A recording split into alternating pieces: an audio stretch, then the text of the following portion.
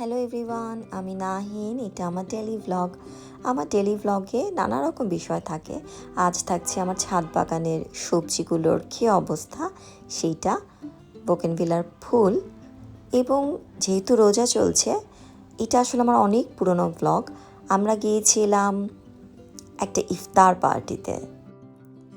এটা জাগো ফাউন্ডেশনের ইফতারের পার্টি। তো প্রায় দুপুরের দিকেই ছাদে চলে গিয়েছিলাম। আমার টমেটো গাছে প্রচুর টমেটো এসেছে এবং এগুলো সব চেরি টমেটো।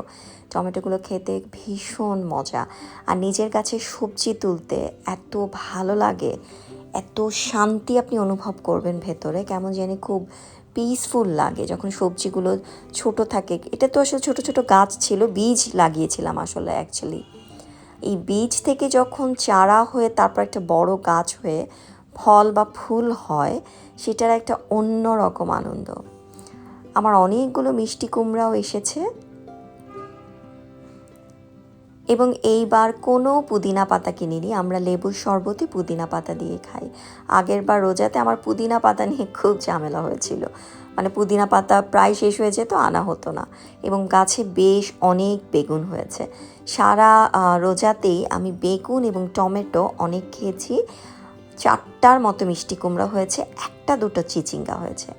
আর বোগেনভিলার এই গাছে তো প্রচুর ফুল এসেছে।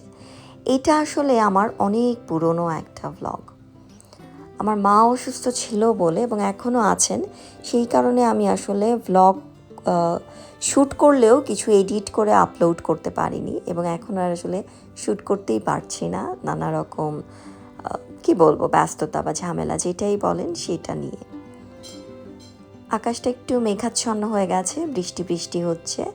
এই পাশের বাসার ছাদটার দিকে আমি প্রায় তাকিয়ে থাকি, আমার ভালোই লাগে। আমি একটা ইন্ডিয়ান কেরালা কটন শাড়ি পরেছি, যাবো জাগর ইফতার পার্টিতে।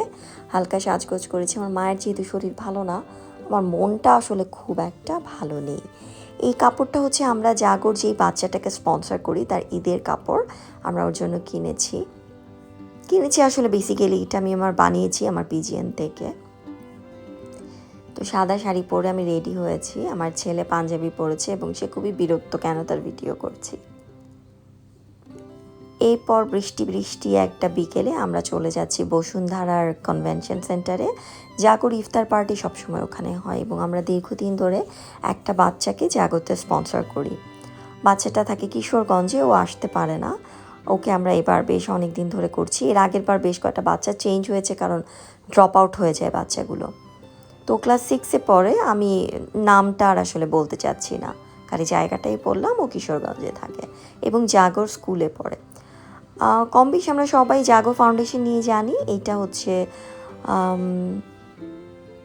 সুবিধা বঞ্চিত বাচ্চাদের আসলে পড়াশোনার ব্যবস্থা করে। করবি হচ্ছে এইটার হেড বা এমডি যাই বলেন সে।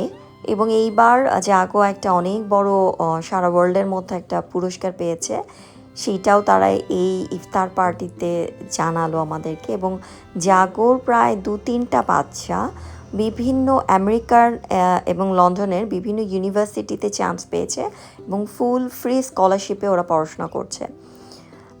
এটা আসলে এডুকেশনাল এক্সচেঞ্জ নামে বিভিন্ন প্রোগ্রাম থাকে, সেই প্রোগ্রামের আন্ডারে। তো সেই বাচ্চাগুলোর সাথে ওরা আসলে কানেক্টিভ হয়ে যায় এই ইফতার পার্টির মধ্যে জুমের মাধ্যমে। তো তাদের কথাও আমরা শুনি, আমার ভালো লাগে এটাতে আসতে। এবং জাগোতে সকলেই সাদা পরে, সেই জন্য আমি সাদাই পরেছি।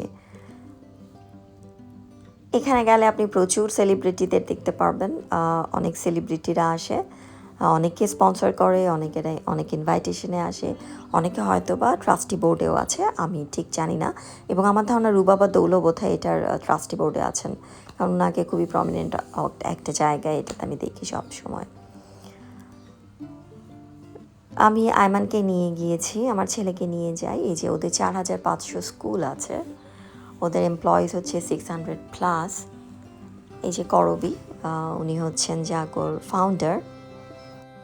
এত বড় করে ইফতারের আয়োজন করার অর্থ হচ্ছে যারা স্পন্সর করে তাদের সাথে যেন বাচ্চাদের যোগাযোগ হয়। আমার প্রতি বছর ভালো লাগে জাগর ইফতারে আসতে।